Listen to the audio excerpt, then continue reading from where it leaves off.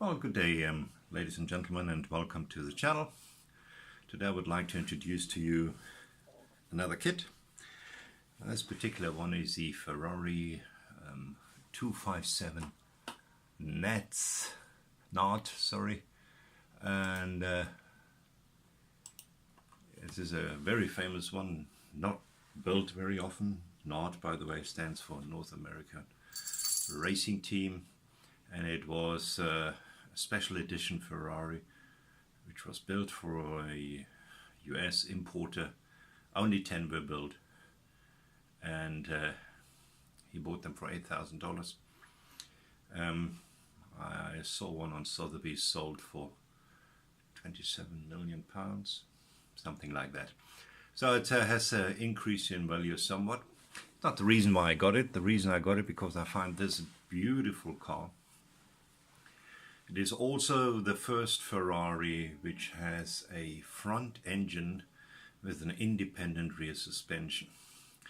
It's a normal 3.3 liter, 320 horsepower, 60-degree V12, and is, as you can see, with the knockoffs, the tires, the covered headlamps, the gills on the side. It's such a child of its time. It came out in 67 or 68, and it is a beautiful, beautiful car. Now this is a kit from Italeri, and it is not necessarily always the favorite kit producer. So I got this one second hand, and I say second hand with some trepidation because it wasn't really second hand. It is got it from another gentleman here in South Africa who sent it to me, who packed it in different plastic bags, but it's all there. It all looks in mint condition.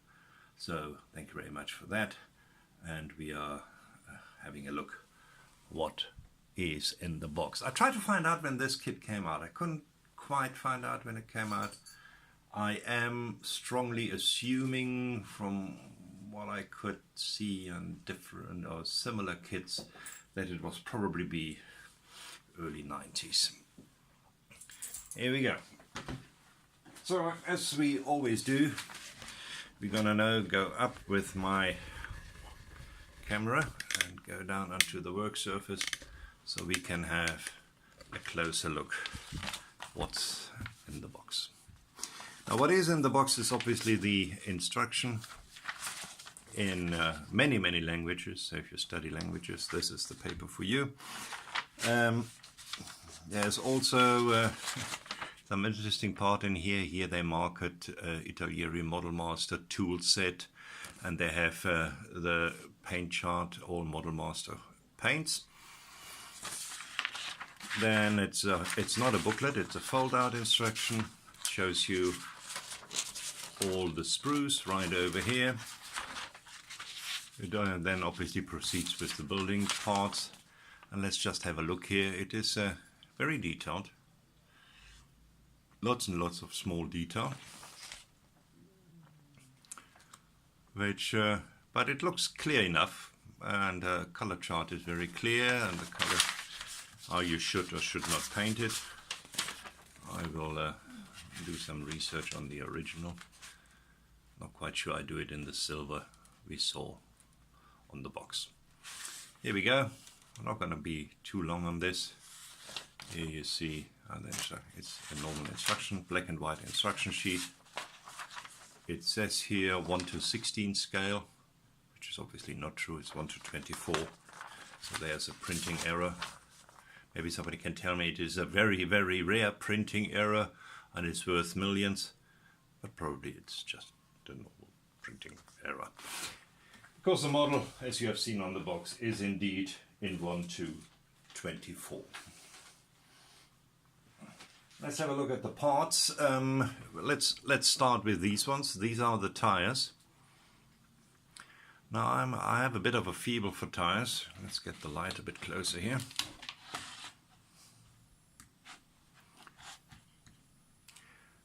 And what I always liked on AMT models, for example, is that they have the branding on their tires. Now you see the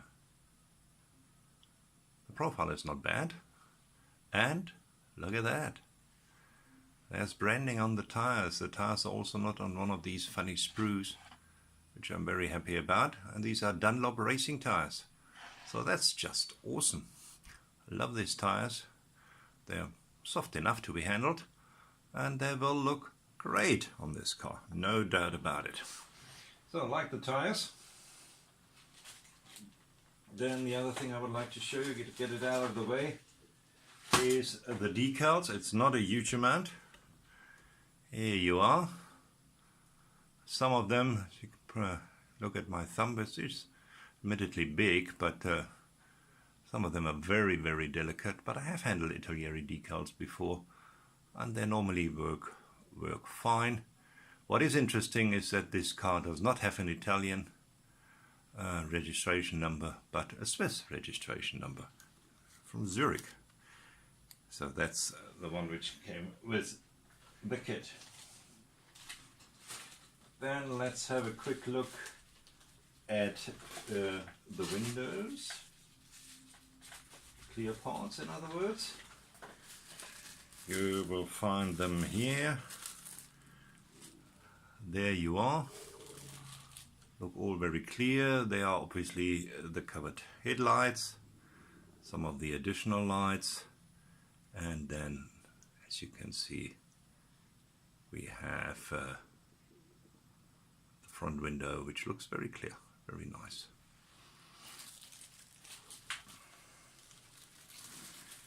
And once we have done that, let's have a look at the chrome parts. See how that looks like. And here we have it. Like the wheels, love the wheels actually, I really do.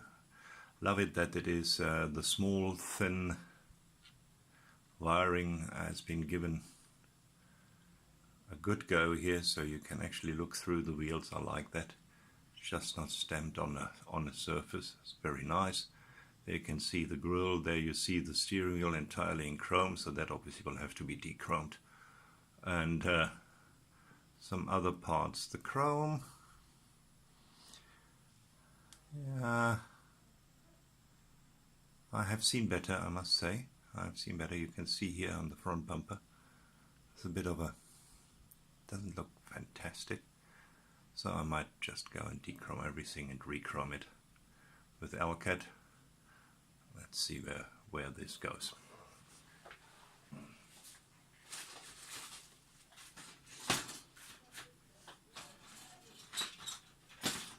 Then we come to the black plastic. Now, if I have one beef with Italeri, it is the quality of their black plastic. I don't think it is fantastic. Having said that, the stamping looks very high quality. I can see extremely little flash. Let's go into the details where you normally find it. Right over here on the outlets, or here on the exhaust, and they're obviously this Ferrari, like the Ferrari in that area with that 12-cylinder, have these sexy double exhausts. Engine is quite detailed, which is nice. I like that. You can paint it independently and then put it together if you so wish. And otherwise, let's have a look at the wipers here. You see that the quality of the stamping is very good. The plastic is that black, somewhat brittle plastic from Italeri. I'm just busy with a Model T from ICM, who have very soft plastic, so that is certainly a departure from that. Then there's a big sprue right over here, which has some very nice details as well. Let's go through here quickly. The dashboard, you know, I like a good dashboard. It's actually detailed very nicely. Let's put some light on the subject here, if we can. Here you go. And you see that the cockpit itself is separate, so that helps you with the detailing. That's very, very nice. And you see the armrests right next there. They are also separate, so you can detail separately as well if you wish to do so.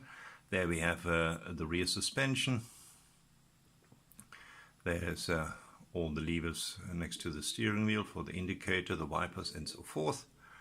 You have the engine cover, rear engine cover right over there, and we have 4 disc brakes.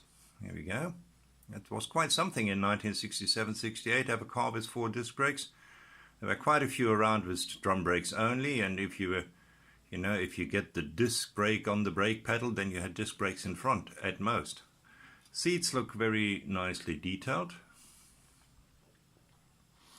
Some nice covers over here.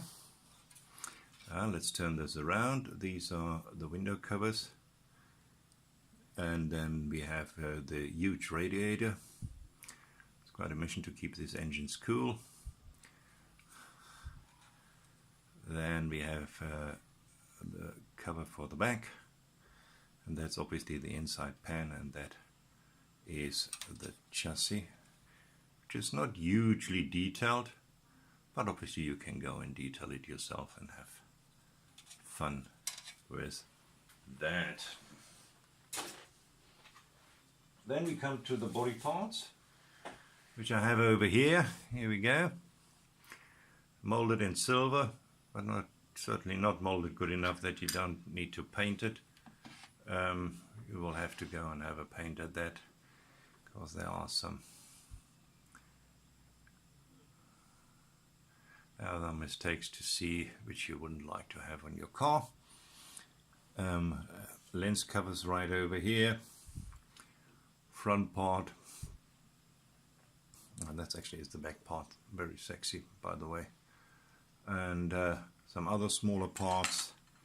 Here we have the cover for the back, where your retractable roof would go under. And then last but not least, the body itself, and you can see it looks very sexy. What is very nice, the fins on the side, you can actually look through them, so that's great. So they're just not molded in, they're actually really built in. You can look through them. The gaps between the doors looks a bit big for 1:24, but once it's spray painted I guess it will be the right size. And against popular belief, there's actually quite a bit which you need to be sanding on here as well before you start painting on that. Against popular belief, Ferraris weren't all that wonderfully tight fitting. They had, especially in those days, the gaps were generous. Here we go.